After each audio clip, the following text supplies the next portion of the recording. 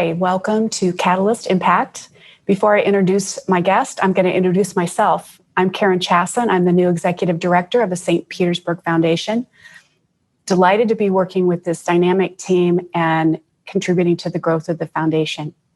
But you're really here today to hear from Damon Thrash. He is the president and founder of Ink to Ink, a positive hustle.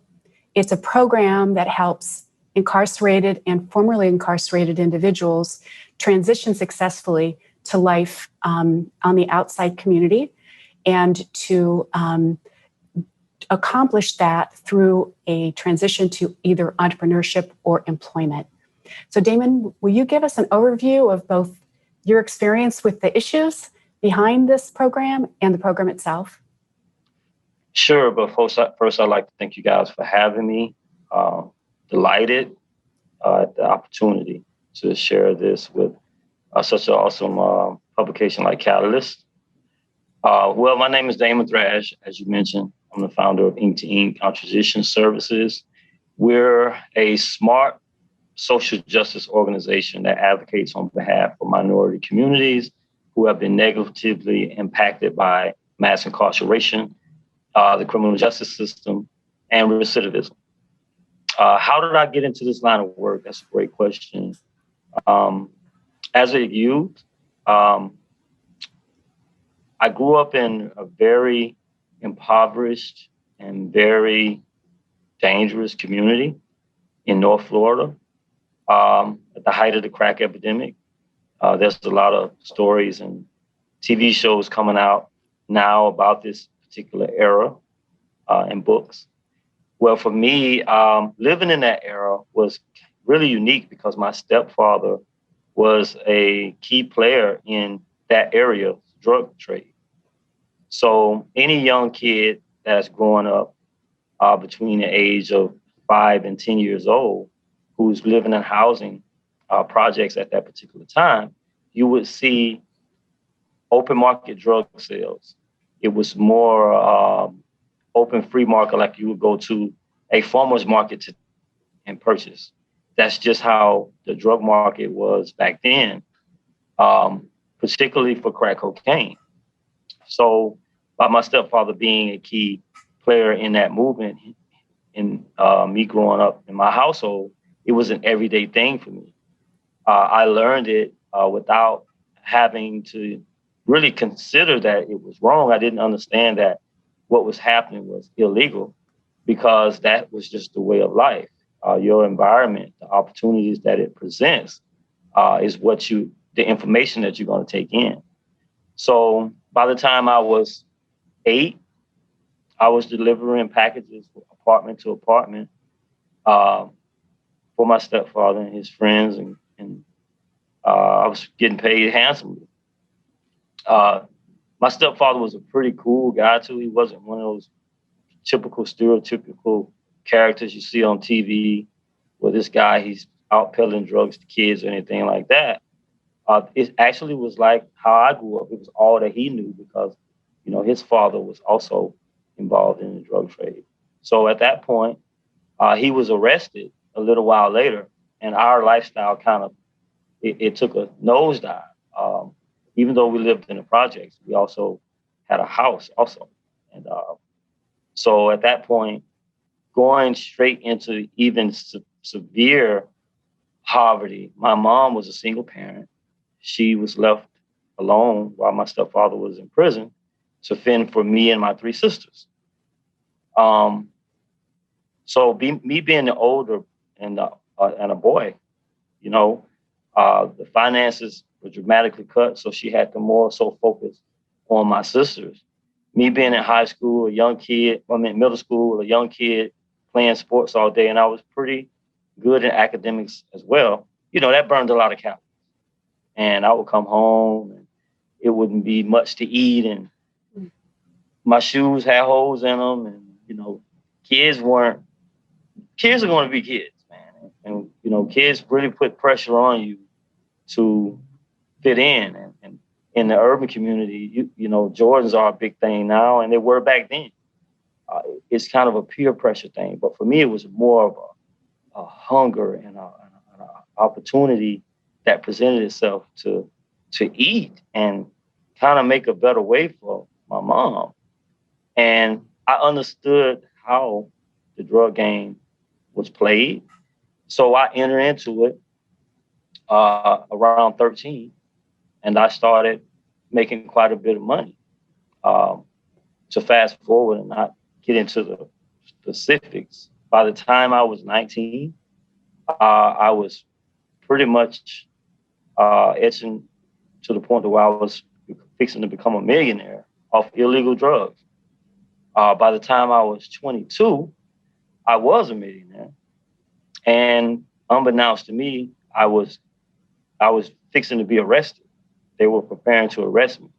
Um, Eventually, they did arrest me, but prior to them doing that, I hit a brick wall, just wanting to get out of a situation and out of the drug game, because as I started traveling and meeting different people, I understood now that there was more to life than this drug trade or the way that we live. It was so much more to it. But in my case, it was too late. So they arrested me and I ended up in prison for 20 years. One of the insights I've heard you share before is that you were very struck by the talent, the intelligence, the entrepreneurial skills of yourself and your fellow incarcerated individuals. You just hadn't not had opportunities to direct them in fruitful, socially acceptable, legal avenues. Tell me how that led to the development of this program and what your process for thinking about how Ink to Ink and Positive Hustle could be a solution. Great question. So once I entered the prison system, I discovered that it was no different than the streets, really. It's just more controlled because you can't move, obviously, you're in prison. But inmates still run the yard. They still run the compound. You know, guards are just there to make sure that, you know, no one gets killed or and everyone's doing what they're supposed to do to make sure that the system continues to operate day to day. Well, I was there and just observing and just watching the sheer amount of talent in front of me. As far, for example, when you hit a prison yard, it's guys that are creating paintings and sketches, and they're actually hustling these sketches in order to get food because they don't have money. You know, in prison, there's an economy in prison. It's a prison economy. A guy like myself who went into prison with money, they would pitch these portraits, or they would, in my instance, I drafted business concepts just to help the guys out, but they were valuable. Guys were willing to pay me $20 and $30 just for me to draft a 3-page business concept, you know?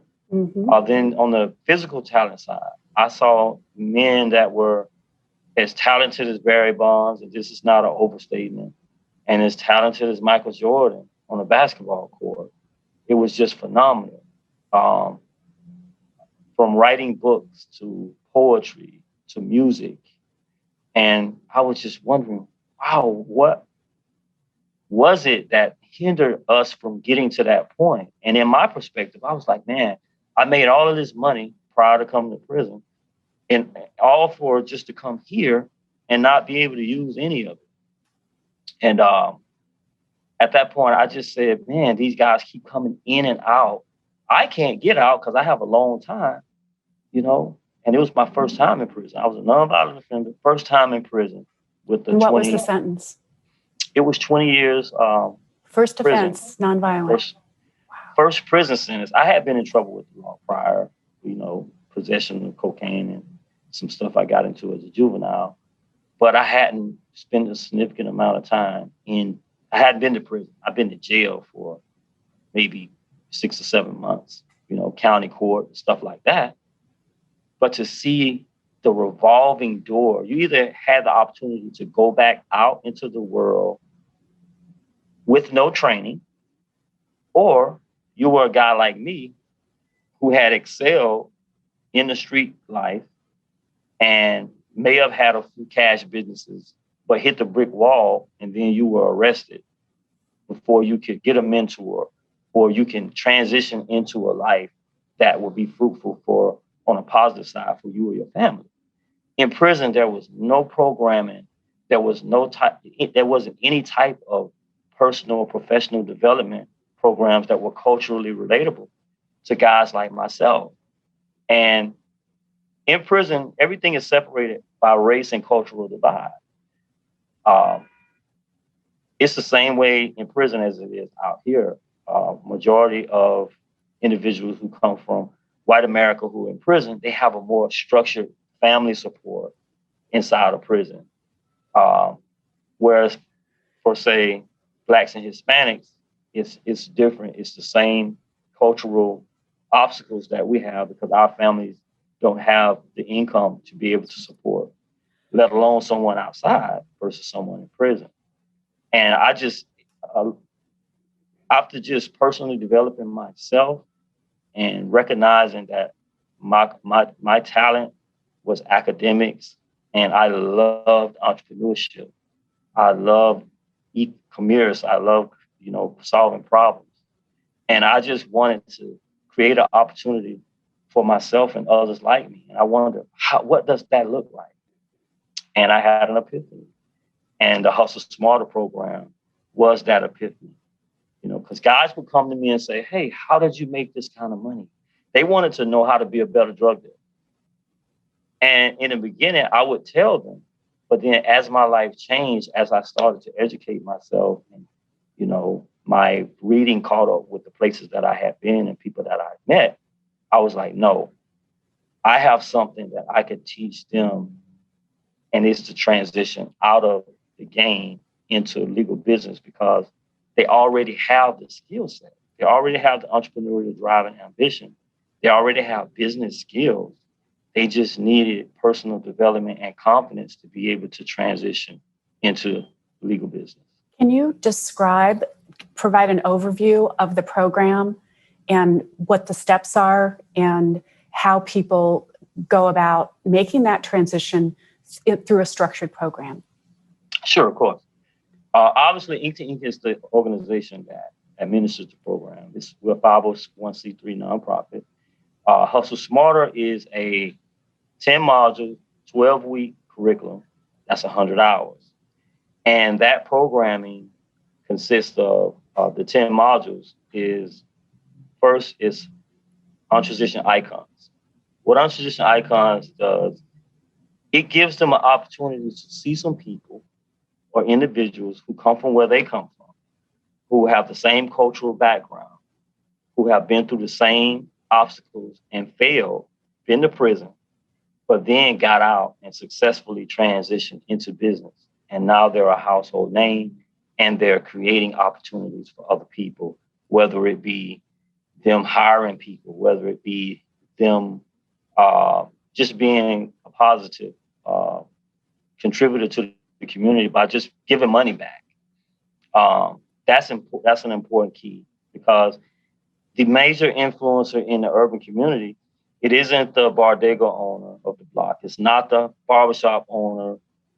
It's not the guy who owns the paint business. It's actually the street hustler, the drug dealer, or the person who creates money in other ways that young people see opportunity and see success in. And for us to flip that and use these same street hustlers who transition out of it as an example, then it just creates a confidence level that's unmatched. The next module is called THAP, THAP. It's an acronym. Okay. And that is talent, hustle, ambition, purpose. These go hand in hand. Everyone has a THAP, so to speak. And as program participants cycle through this module, they identify their primary and their secondary talent. A lot of people don't understand that they have many talents, but you still have a primary and a secondary. And what your talent is, what you do better than everybody else with the least bit of effort. You might not even like it. You might not be, I know so many people who are ultra talented in a certain area, but they don't really, it's not their passion. But you have to use that talent to get you in front of the right people in order to enact that talent. The next one is hustle. Most people think hustle is just you speeding to try and get some stuff done or make some money. But hustle is just a strategic plan. It's a blueprint.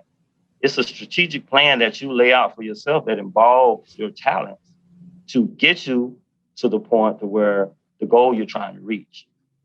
The next one is ambition. It's the simplest one. It's how bad you want it.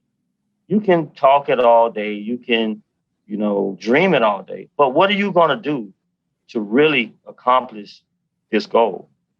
What are you going to do to really take the steps to accomplish this hustle? And that's what we really show them where you are. Either you're an entrepreneur here, or you're an entrepreneur, or you're just going to be a professional that excels at, working or managing other businesses, which is fine, So there's an employment track too? It's not an employment track, but with that personal development, we teach them the basic fundamentals of how to communicate well with someone who has opportunity. You know what I mean? So they're transferable skills to absolutely. Self-employment or employment. Absolutely. It's preparatory. We want to prepare them for every opportunity, every new opportunity, every expansion of an opportunity zone that they encounter. So the last and most important is purpose. All of these things, your talent, your hustle, your ambition, it's now what are you doing it for? What pulls strings at your heart? What is it that you see in the world that you it just pains you to see people suffering, Or what is it in the world that gives you joy when helping someone? You have to discover why you were created. We're not talking about who created you. We're not getting into that. No matter who you feel created you or where you came from or whatever, you were created for a specific positive reason, and that's to help your fellow man. And we give them options to explore that. The next module, perfectly, is social impact. Individuals coming from urban community, they don't understand what nonprofits do. They think that nonprofits are just a place where they send us to court and they need community hours, they can go work and get it signed up. I just wanted to give a platform and shine some light on all of the amazing nonprofits here in the Tampa Bay area and give them an opportunity to come in, speak to our class, and have our class to go out on their site and volunteer and just see the great work that they're doing. And social impact is major key because these individuals who are in Hustle Smarter program were street influencers. They were the person that the streets looked to as a guide and as a success model. So now implementing them, dispersing them back into the community, they understand that they have a responsibility, not just for them to themselves, but it's to the community that they've taken so much from. So empathy, retribution, and redemption are major keys in the program. What is your success rate? That's my first question. And then what do you need to help make this program accessible to more people? So we're in a stage where we're finishing out prototype. So we're going to set up and run our pilot. Hopefully we'll launch May 1st with 10 individuals. And what that is, we just want to position them so that they'll be able to either launch their low-cost startup, become a Hustle Smarter coach, or understand how to transition their soft skills into an employment as a professional, meaning or enter into an entrepreneurship program, because we're not an entrepreneurship program. We're an entrepreneurial transition preparation. First of its kind. That's an important distinction. Would you say that again? We're an entrepreneurial transition preparation program. On transition prep. It's entrepreneurial and transition together preparation. Like I said before, these men and women already have entrepreneurial skills. They already have business management skills. What they need is to be culturally educated in how to transition into legal business and have the confidence to do it. So do many of them go on to take entrepreneurship training after they culminate from your program? Yes, I'm thinking once we get the KPIs, I'm thinking out of that 10, we may get 3 that might want to say, you know what, I saw a program or one of our partners where we're at University of Tampa now. This is where we're doing the interview at. We're in an incubator up here. We're looking to partner with the University of Tampa to provide that opportunity to individuals that do graduate, that want to go into an awesome entrepreneurship program to get further training because, education is the key. So, yes. So the context for your work is this terrible dilemma that we have of over-incarceration, overly severe criminalization for non-violent drug offenses. Those issues are policy issues. Absolutely. Do you feel that the impact of your program could be influential within the prison system ultimately to provide more support for those who are currently trapped in the system, but also to provide data for in the sense, the talent and the value that's being lost under our current ways of managing incarceration? Absolutely. First of all, it's my dream to go back into the prison system and teach the guys that are there that I did time with. Because it's a lot of guys. I don't do this for me. I actually do this for them and to give their kids something to look forward to also. But going back in, it's like that non-traditional icon effect. Every last one of us that go through this program has had an aha moment where we've resonated success with someone who is either our age that was in a drug game. And we say, oh man, I can do this. By going back into the prison system and them seeing me transition and my coaches coming in and teaching this course, it's going to have a deep impact.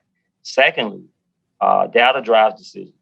So this pilot is so important because once we get the KPIs, that's our proof of concept. Ultimately, we want to partner with the Department of Corrections, U.S. Attorney's Office on the federal level, and the state's attorney's office on the state level to do a referral and as a diversionary program for people who are at risk of going to prison. But ultimately, we want to go into the prison system, set up the Hustle Smarter program as a reentry tool to prepare them to walk out of prison with a mindset and a set of skills that they can ultimately be successful. So yes, that's a dream. That's going to be a dream come true. That's great. For people who want to know more about your program and help, tell us where to go and what sorts of support you need right now, whether it's volunteers, donors, advocates. Really all of the above. But right now, the 2 key things that we need volunteers, individuals who are skilled in tech, in marketing, in social media, of course, because we want to be able to get the word out with the program. But at this point, we really need funding. We need funding to be able to get this pilot off, not only off the ground, but fully funded so we can maximize the effect of the program on our participants. We want to give them the maximum opportunity, the maximum resources, and the maximum experience because our program is not the typical go to the blackboard, here, this is what it is, go through the workbook program. It's an experience for one, and it's a competition. Individuals who hustle on the block, it's always been a competition. It's like a sport. So we turned that whole mindset and that whole passion of the hustle game into a positive, interactive, culturally relatable classroom experience that have hustle incentives during each class. So in order for us to be able to do that, we need sponsors. We need funds to be able to take these individuals from the classroom to, for example, to Catalyst office, because you guys do great work. So they can see what you guys do. Maybe we have someone who wants to get into broadcast journalism or who want to shoot music videos, and they might just need a camera and some editing software. You know, seeing these things can change their life, but it costs money for us to be able to execute and get these opportunities in front of them during the program. 2 final questions. First, would you share the website where people should go to connect with you and to dig deeper into the program? Our website is www.inktoink.org. When you go there, we're under construction, so don't be alarmed. But it's still pretty nice. But remember, we're in the prototype stage. You can enter your information at our info area. Also, our email is hello@inktoink.org. You can send us an email, or you can look us up on Facebook, and you can call our office. If you don't reach anyone at our office, just please leave us a message.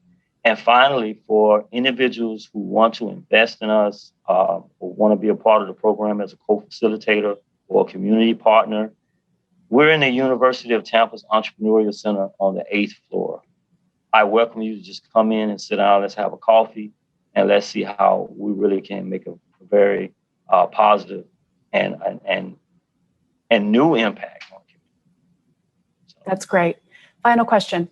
If you could change one thing about the current system that you passed through in your term of incarceration, what would it be? Ooh, that's a tough question, because you have pre-trial, then you have entering into prison, then you have transition. About the system, though. Okay, what I would do about the system for the individual who he enters the system, I would create a entrepreneurial re-entry business service department in at every level, from Bureau of Prisons to the Florida Department of Corrections, where you assess individuals on their skill set and their business skills and offer that programming to them. You know, even on like what we're doing now with diversion. Let's stop them before they even go in. I think corrections is we got away from, like as in my video you guys watch, we just have gotten away from corrections, you know? Mm-hmm. Let's give opportunity. Let's give them the resources they need. And then if they make the choice to just throw away everything that's been invested, then that's when they have to pay the consequences for it. But until then, a lot of us, like myself, we're just ignorant to the fact, and we just need to be educated. That's all. Well, you're an amazing example of the kind of talent that we're missing out on if we don't do something different. Thank you very much for sharing this story. And I hope folks will take the time to explore a little deeper on your website and follow your progress. Thank you for having me. It's been an honor.